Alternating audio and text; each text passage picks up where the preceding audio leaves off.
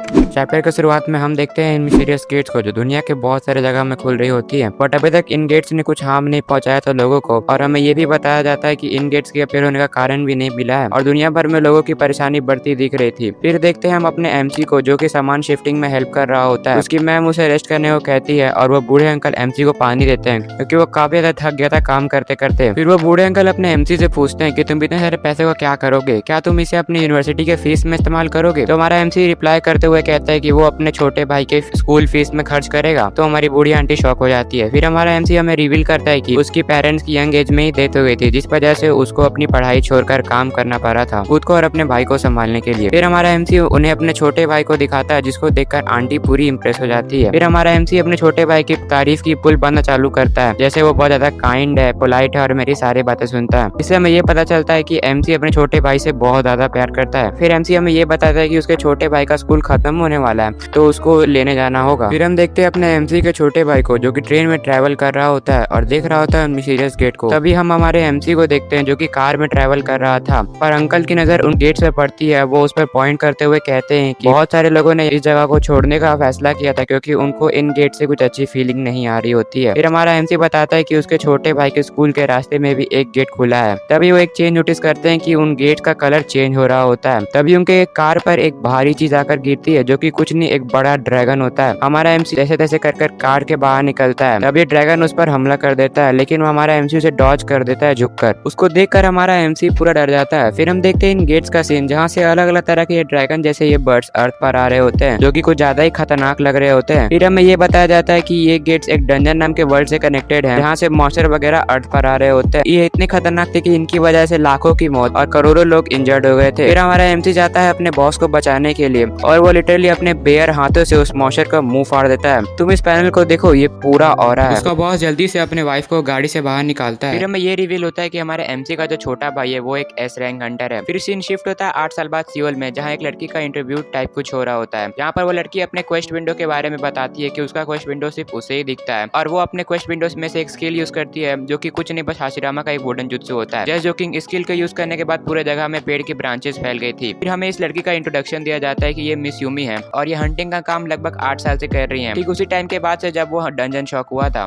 फिर हमें ये बताया जाता है कि उसके पास ट्री वाइन्स को ग्रो करने की एबिलिटी है एंड उसने हाल ही फिलहाल में कुछ लोगों की जान बचाई थी बिल्डिंग कोलैप्स होने से पहले। और हमें ये भी पता चलता है कि वो एक स्मॉल गिल्ड के मेंबर है जो कि डंजन्स में रेड करते थे। फिर हमें ये बूढ़े चाचा बताते हैं कि डंजन से मिले मटेरियल्स काफी हाई प्राइस से बिकते हैं। हालांकि ये काफी ज्यादा डेंजरस काम है लेकिन इस पे प्रॉफिट भी काफी ज्यादा है और ए रैंक से जो अपर डंजन्स होती है उनके मटेरियल लगभग खजाने के मुकाबले बिकती है। फिर हमें ये भी बताया जाता है कि उनके वर्ल्ड में रिसेंटली एक मानव क्रिस्टल का खोज हुआ था और डंजन्स के अंदर हजारों डॉलर्स में बिकती है। फिर हम देखते हैं अपने एमसी के छोटे भाई को जो कि कुछ ज्यादा ही पॉपुलर है और इसका नाम हान यूजिन है और हमें ये बताया जाता है कि उसकी अवेकनिंग हाई स्कूल में ही हो गई थी और उसने एक एबसिस नाम की गिल्ड की फॉर्मेशन करी थी एंड वो दुनिया का सबसे यंगेस्ट गिल्ड मास्टर भी है और वो काफी ज्यादा अमीर भी होता है। फिर हम देखते हैं यूमी सान को, जिससे रिपोर्टर ये सवाल पूछ रही होती है कि क्या वो अमीर है, तो वो क्लियरली डिनाई कर देती है क्योंकि वो एक ई क्लास हंटर है इसलिए वो काफी ज्यादा गरीब है। लेकिन वो ये भी कहती है कि वो थोड़ी और मेहनत करके अपने सिबलिंग्स के फीस का जुगाड़ तो कर ही लेगी। फिर हम अगले पैनल में देखते हैं कि चोई यूमी की डेथ हो चुकी है।